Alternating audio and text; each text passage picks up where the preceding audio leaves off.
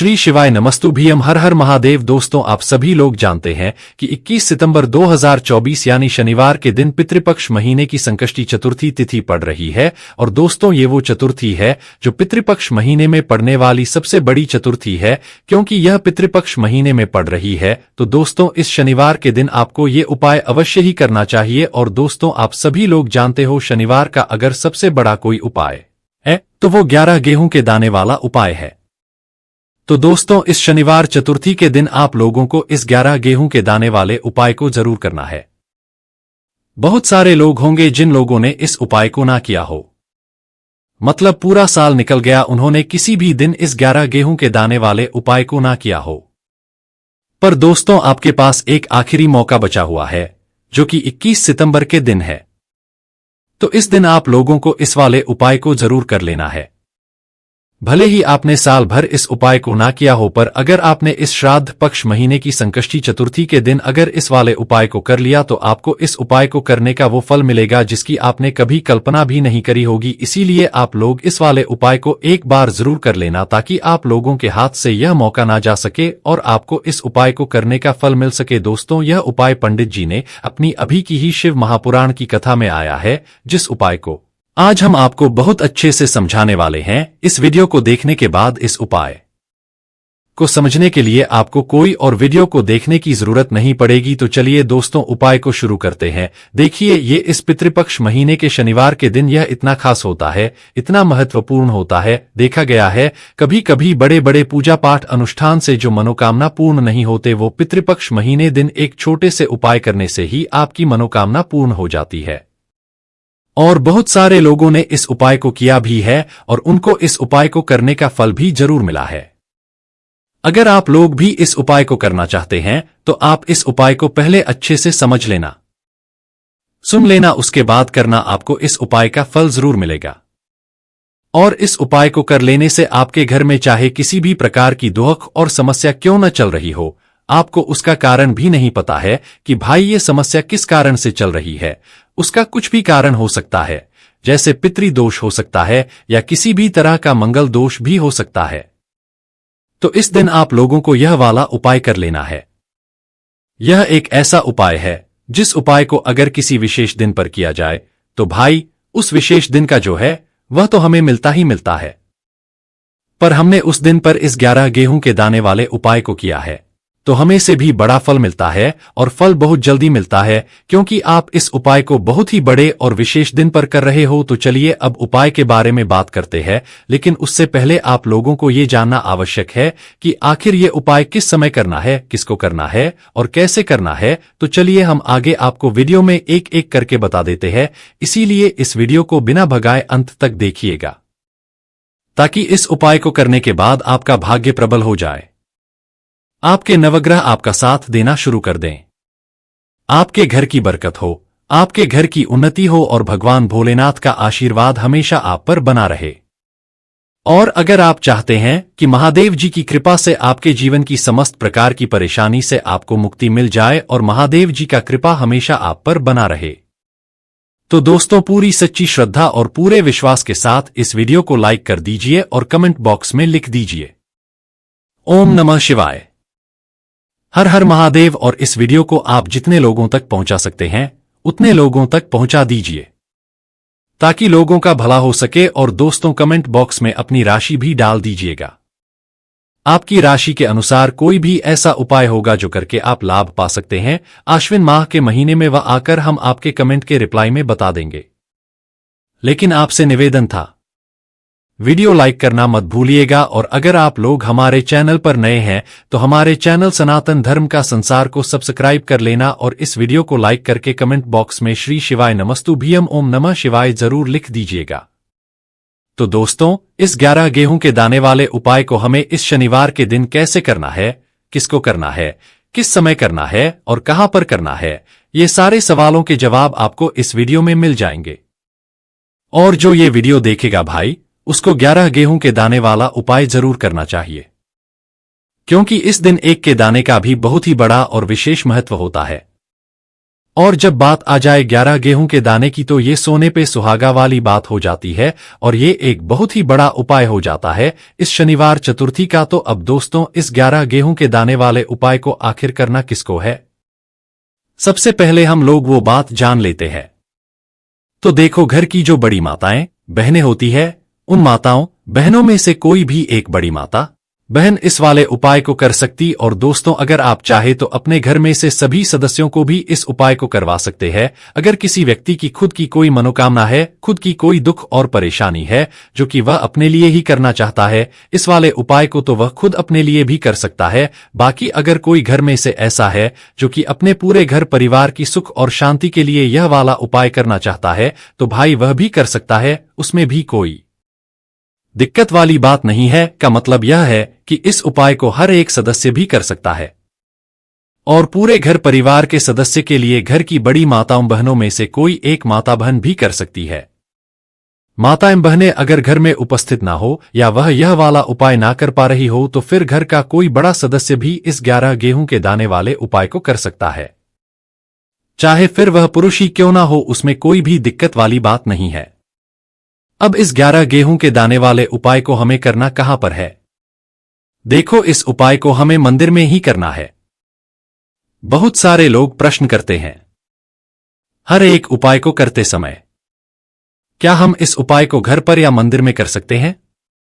देखो, तो इस वाले उपाय को आप मंदिर पर करोगे तो अच्छा रहेगा, घर में नहीं करना है इस वाले उपाय को। उसके बाद में दोस्तों जो अगला प्रश्न निकल कर आता है वो यह आता है इस उपाय को लेकर कि आखिर इस उपाय को हमें किस समय करना है, सुबह के समय है कि शाम के समय करना है? तो देखो, इस वाले उपाय को आप लोग सुबह के समय भी कर सकते हो और शाम के समय प्रदोष काल में भी कर सकते हो। अब अगर आप पूछो कि भाई साहब सबसे उत्तम समय कौन सा रहेगा इस 11 गेहूं के दाने वाले उपाय को करने का, तो हम आपसे बस यही कहेंगे कि इस उपाय को आप शाम के समय करेंगे तो ज्यादा बेहतर होगा, क्योंकि गणेश चतुर्थी इस दिन है और इस दिन प्रदोष काल के बहुत महत्व होता है। बाकी अगर सुबह के समय भी करेंगे तो भी अच्छा होगा, कोई भी दिक्कत वाली बात नहीं है। तो अब दोस्तों जो अगली सबसे बड़ी और महत्वपूर्ण बात आती है वो यह आती है कि सुबह अगर हम उपाय को करेंगे तो हमें कितने बजे से लेकर कितने बजे तक के बीच में करना है, और शाम के समय प्रदोष काल में करेंगे तो हमें कितने बजे से लेकर कितने बजे के बीच में करना है।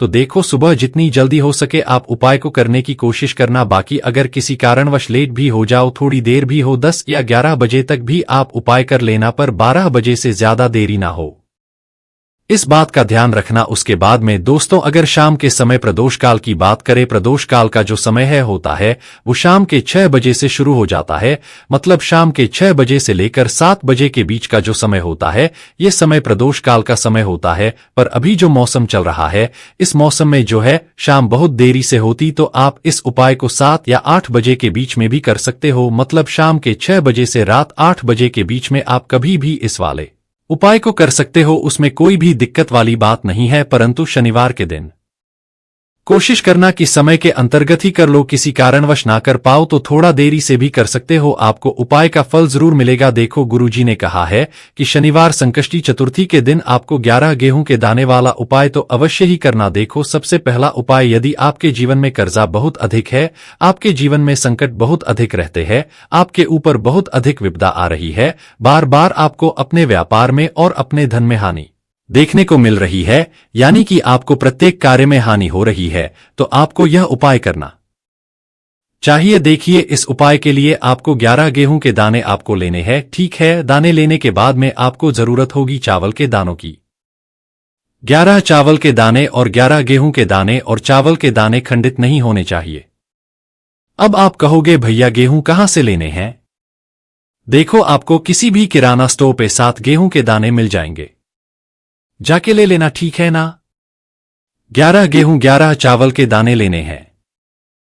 साथ ही साथ आपको एक तांबे का लोटा लेना है और उस तांबे के लोटे में आपको जल भरना है। जल आपका खुद के घर का होना चाहिए। मंदिर का नहीं। अब आप ये सब सामग्री लेकर पहुंच जाओगे महादेव के शिवलिंग के पास में शाम के टाइम पे प्रदोष काल में। देखो जब आप ये उपाय कर रहे हो तो अपना फेस रखना उत्तर दिशा नॉर्थ डायरेक्शन की तरफ। अब यहाँ पे जो मैं आपको क्रम बताने जा रहा हूँ ना, उस मेरे क्रम को बहुत ध्यान से सुनिए। महादेव को अगर कोई सबसे प्रिय है ना तो उनकी सबसे छोटी पुत्री जिनका नाम है माता अशोक सुंदरी, जो आपके पास में चावल के 11 दाने हैं ना, उन चावल के 12 दानों को माता अशोक सुंदरी के स्थान पर आपको अपना नाम और गोत्र बोलते हुए समर्पित कर देने हैं, है ना। चावल के दानों को रखने के बाद में जो आपके पास में तांबे का लोटा है ना, उस तांबे के लोटे को कहीं पे भी हम जल नहीं चढ़ाएंगे। सिर्फ और सिर्फ माता अशोक सुंदरी का जो हस्तकमल आपको दिख रहा है यहीं पे गोल गोल आपको समर्पित करना है, उसी जल को, और कहीं नहीं। ना तो माता अशोक सुंदरी के स्थान पर ना तो शिवलिंग के ऊपर, सिर्फ को यहाँ पे गोल गोल जलाधारी पर आपको उस जल को समर्पित करना है। अब आपके पास में बचे हुए हैं 11 गेहूं के दाने और बचे हैं उन्हीं 11 गेहूं के दाने को आपको अपनी मनोकामना अपने विशेष कहते हुए महादेव के शिवलिंग के ऊपर, अगर आप गणेश चतुर्थी के दिन प्रदोष काल में कर देते हैं तो आपकी जो भी मनोकामनाएं होंगी, जो भी विश होंगी, महादेव पूरी जरूर करते हैं। अन्न को समर्पण करने से, उस खासकर गेहूं को समर्पण करने से हमारी इच्छाएं पूरी होती हैं, और अगर वो दिन चतुर्थी का दिन हो तब तो इससे सुंदर संयोग कुछ भी नहीं हो सकता। आपकी इच्छाओं को पूरा करने के लिए बहुत स्पेशल, बहुत प्यारा सा उपाय आप सभी को जरूर करना है। ध्यान में रखिएगा, यह उपाय प्रदोष काल में करना है। देखो गुरुजी ने कहा है भगवान शिव के शिवलिंग पर 33 कोटि देवी देवताओं का वास होता है। अगर हम शिवलिंग के सामने कुछ भी उपाय करते हैं तो हमारे सभी देवी देवता हमसे खुश हो जाते हैं। ये उपाय आपको करना है। देखो सुबह के टाइम नहीं कर सकते, ठीक है। अब बात करते हैं अगले उपाय की। देखिए आगे बढ़ने से पहले वीडियो को एक लाइक जरूर करें। देखो इस उपाय को करने के लिए सबसे पहले तो आपको 2 मिट्टी के दीपक लेने होंगे। अगर आपके पास मिट्टी के दीपक नहीं है तो आप आटे के दीपक भी तैयार कर सकते हैं, परंतु कोशिश करना कि मिट्टी के दीपक आपको मिल जाए, ठीक है। देखिए अब मिट्टी के दीपक जब भी आप ले रहे हो तो आपको एक बात का विशेष रूप से ध्यान रखना है कि मिट्टी के जो दीपक है वो कहीं भी टूटे हुए या फिर खंडित नहीं होने चाहिए। देखो आपको विशेष ध्यान रखना है कि आपको खंडित दीपक नहीं लेना है। इसी के साथ में आपको लेना होगा शुद्ध देसी गाय का घी।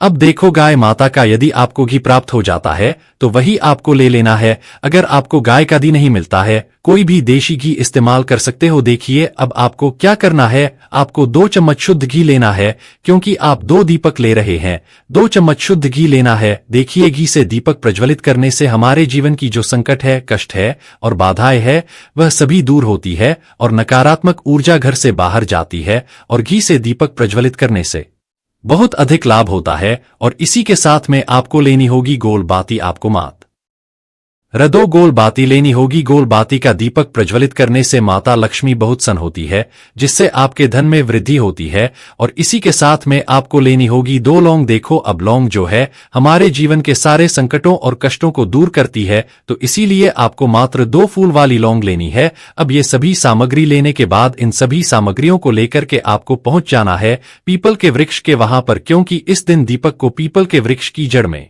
दीपक प्रज्वलित करना बहुत ही बताया है, खासकर शनिवार के दिन तो कैसे करना है चलिए जानते हैं। पूज्य गुरुजी कहते हैं कि जो भी व्यक्ति पीपल के वृक्ष से कोई भी उपाय करता है तो उसके जीवन में कभी भी धन की समस्या उत्पन्न नहीं होती है। देखिए पूज्य गुरुजी ने बताया है आपको ऐसे पीपल के वृक्ष के नीचे इस उपाय को करना है जो थोड़ा बड़ा वृक्ष हो और उसकी छाया आपके ऊपर पड़नी चाहिए, और पीपल की जड़ में आपको ये उपाय करना है। अब सबसे पहले तो आपको अपना जो मुख है उत्तर दिशा की ओर रख करके खड़े हो जाना है। उत्तर दिशा जो है वो माता लक्ष्मी और भगवान विष्णु की मानी गई है, जिनकी कृपा से हमें धन की प्राप्ति होती है और आर्थिक तंगी से हमें छुटकारा मिलता है। तो सबसे पहले तो आपके पास में जो 2 दीपक हैं उन्हें आपको पीपल के वृक्ष की जड़ के पास में रख देना है। अब दोस्तों इन दोनों दीपक में आपको 1-1 चम्मच घी डाल देना है। उसके बाद आपको दोनों दीपक में 1-1 गोल बाती को डाल देना है। इसके बाद आपको पीपलेश्वर का नाम लेकर के और अपने नाम और गोत्र को बोल करके दोनों दीपक को आपको प्रज्वलित कर देना है। उसके बाद जो आपके पास 2 लौंग हैं उनमें से आपको 1 लौंग को अपने सीधे हाथ में रखना है, और जो दीपक है पहला दीपक उसके ऊपर से आपको पहले लौंग को 11 बार घुमाना है।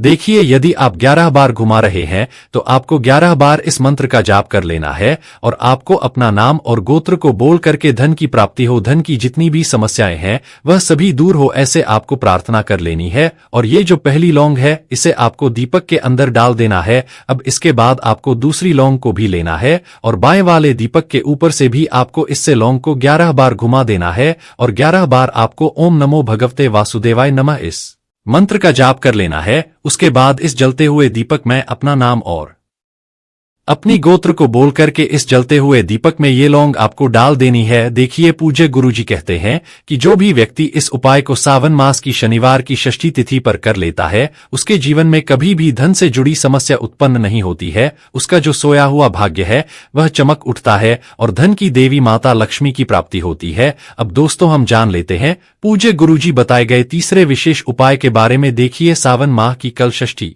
तिथि है तो ये उपाय भी आपको अवश्य करना चाहिए। देखिए, यदि आप चाहते हैं कि आपके जीवन में चारों दिशाओं से धन की कोई भी कमी ना हो, यानी कि आपके जीवन में चारों दिशाओं से धन के जो स्रोत है वो बंद ना हो और चारों दिशाओं से आपके घर में आपके जीवन में धन आए, तो आपको आज के दिन ये उपाय करना चाहिए। आज के दिन पीपल के वृक्ष में विष्णु और माता लक्ष्मी का निवास होता है।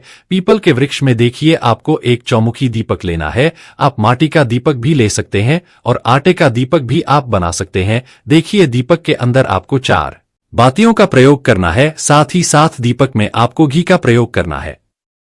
अगर घी आपके पास नहीं है तो आप तिल के तेल का प्रयोग भी कर सकते हैं और साथ में आपको एक चुटकी हल्दी भी लेनी होगी। अब देखो, ये जो दीपक है आपको पीपल के वृक्ष के वहां पर लेकर के पहुंच जाना है। देखिए, ये जो दीपक है आपको माता लक्ष्मी के निमित्त प्रज्वलित करना है, इसलिए आपको महालक्ष्मी इस मंत्र का वहां पर 108 बार जाप करना है। पीपल के वृक्ष के वहां पर यह जो चौमुखी दीपक है आपको उत्तर दिशा की ओर अपना मुख करके प्रज्वलित करना है। यह दीपक आपके घर में सुख समृद्धि प्रदान करेगा और आपकी जो दरिद्रता है उसे दूर तो इस प्रकार से आपको ये दूसरा उपाय कर लेना है। अब दोस्तों, हम सबसे अंत में जान लेते हैं चौथे चमत्कारी उपाय के बारे में। ये उपाय विशेषकर रोग मुक्ति के लिए होने वाला है। देखिए, इस उपाय के लिए आपको मात्र थोड़ा सा शहद ले लेना है और इसी शहद के साथ में आपको मात्र 1 लोटा शुद्ध जल लेना है तांबे के पात्र के अंदर अपने घर से। अब सिर्फ ये दोनों सामग्री लेकर के सीधे आपको पहुंच जाना है भगवान शिव के मंदिर में। पूज्य गुरुजी ने बताया है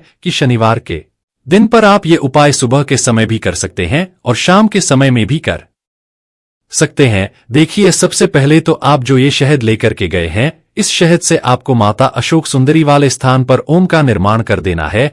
यह जो ओम है आपको अपने सीधे हाथ की चिट्ठी उंगली के पास वाली उंगली अनामिका उंगली उसी से बनाना है और इसके बाद जो आपके पास 1 लोटा शुद्ध लल है इससे भी आपको धीरे धीरे भगवान शिव के शिवलिंग पर अर्पित करते जाना है। श्री इस मंत्र का जाप करते हुए पूज्य गुरु जी ने बताया कि जल आपको बिल्कुल धीरे धीरे समर्पित करना होगा और समर्पित करते हुए आपको कम से कम 11 बार या फिर 21 बार ह्री शिवाय नमस्तुभ्यम इस मंत्र का जाप कर लेना है। लेकिन जैसे ही ये जल शिवलिंग से होकर के जलाधारी की ओर बहकर के आएगा तो इस जल को उसी पत्र में थोड़ा सा जल लेना है और यह जल आपको महादेव से औषधीय स्वरूप प्राप्त कर लेना है। आपको महादेव से प्रार्थना कर लेनी है कि हे महादेव, मैं इस जल को औषधीय स्वरूप अपने घर लेकर के जा रहा हूँ। मेरे परिवार के सदस्यों के शरीर में बीमारी हो चुकी है, उस बीमारी को ठीक करने के लिए आप इस जल को औषधीय स्वरूप बना दीजिए। इस प्रकार से प्रार्थना करते हुए यह जल आपको अपने घर लेकर के जाना है। अब दोस्तों, इस जल का आपको उस व्यक्ति को आचमन करवाना है जो व्यक्ति बहुत अधिक बीमार है, यानी कि थोड़ा थोड़ा जल आपको उस व्यक्ति को आचमन करवा देना है। पूज्य गुरुजी